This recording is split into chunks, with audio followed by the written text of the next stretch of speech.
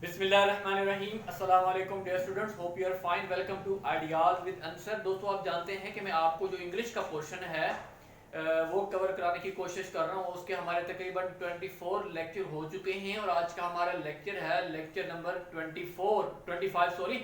इसमें जो है ना, मैं आपको जो इम्पोर्टेंट सिनोनिम और एंटोनिम्स हैं वो मैं आपको पढ़ाऊंगा।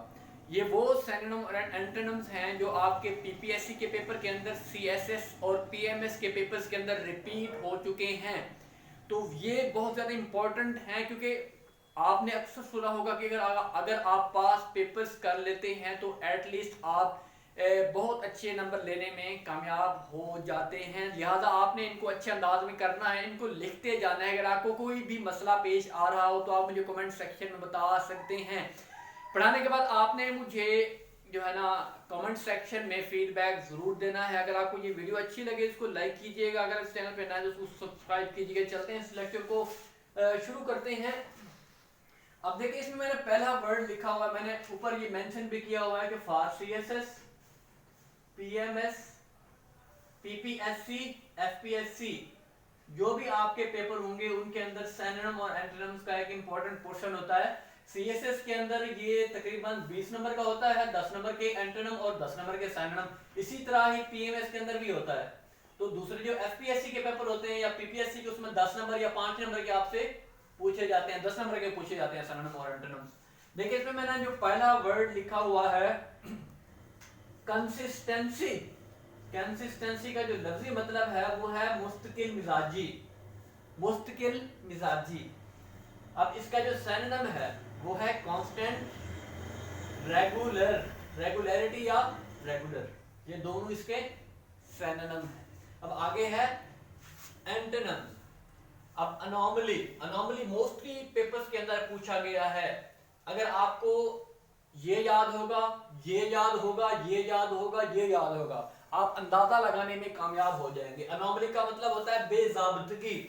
अनोमली ये इसका कंसिस्टेंसी का क्या है, एंटोनिम है। इसी तरह मैं कह सकता हूं कि मैं जो है ना तैयारी अपनी बेजाबतगी या इरेगुलर या एनोमली की फॉर्म में तैयारी कर रहा हूं। या मैं कह सकता हूं मैं अपनी जो तैयारी है वो एक कंसिस्टेंसी से कर रहा हूं। कंसिस्टेंसी मीन कांस्टेंट, मुस्तकिल मिजाजी से। हमारा जो अगला वर्ड है वो है हैपोथेटिकल। हैपोथेटिकल का लफ्जी मतलब है वो है फर्जी।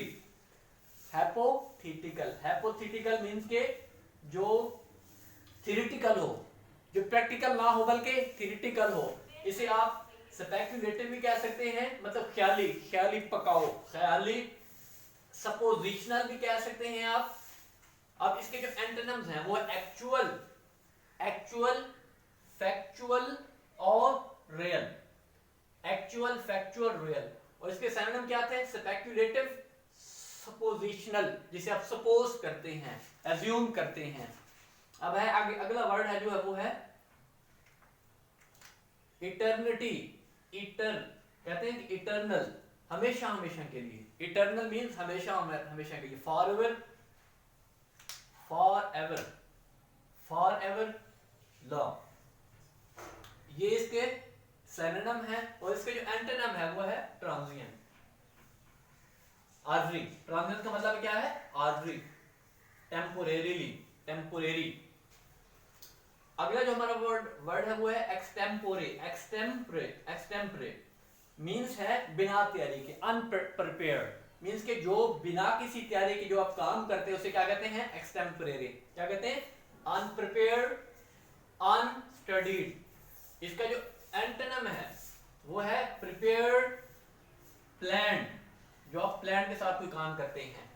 और जो नेक्स्ट वर्ड है वो है रिलिंक्विश्ड। रिलिंक्विश्ड मींस के दस्तबरदार होना, दस्तबरदार होना, छोड़ देना, गिव अप, ऑफिस छोड़ना। Relinquish the office.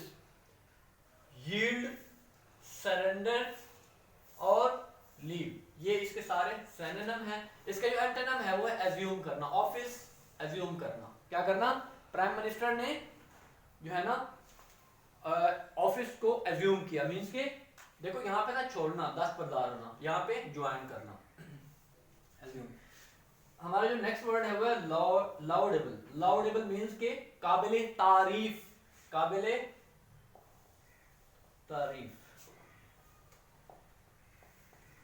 एडमायरेबल, अपलॉडेबल और प्रेज वर्दी, ये इसके तीनों सिनोनिम है। इसके जो एंटोनिम है वो है सेंसरेबल और अनवर्दी, ये दोनों इसके एंटोनिम है। हमारा जो नेक्स्ट वर्ड है वो है एग्जैजरेशन। कहते हैं बड़ी एग्जैजरेशन से तुम चीजें पढ़ा रहे हो, मींस के बढ़ा चढ़ा के पेश करना, मींस के ओवरस्टेट करना, ओवरस्टेट। और इसका जो एंटोनिम बनेगा वो है understate, overstate, understate, overstate, understate. हमारा जो नेक्स्ट वर्ड है बड़ा इंपॉर्टेंट किस्म का है और थोड़ा डिफिकल्ट भी है, वो है pandemonium, pandemonium, PENDEMONIUM, pandemonium means फसाद, अप्रोवर, केओस, केओटिक सिचुएशन, केओस फसाद, झगड़ा, लड़ाई। क्वाइट्यूड, क्वाइट्यूड ये क्या है? खामोशी, ये इसका एंटोनिम है। हमारा जो नेक्स्ट वर्ड है वो है हैंड पैक्ड। हैंड पैक्ड का मतलब है डाउन ट्रोडन और डोमिनेटेड। इसका जो एंटोनिम बनेगा वो है असर्टिव और फोर्सफुल, असर्टिव और फोर्सफुल। हमारा जो आज का लास्ट वर्ड है वो है पो, POOH, पो, पो, पोपो।